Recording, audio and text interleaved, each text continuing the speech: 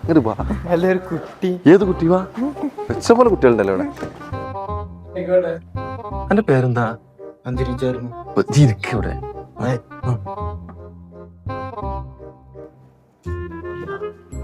മഞ്ഞട്ടോ മുണ്ടാന്നാ എന്റെ കല്യാണം കഴിഞ്ഞാ? നോക്കണ്ട്, കിട്ടണില്ല.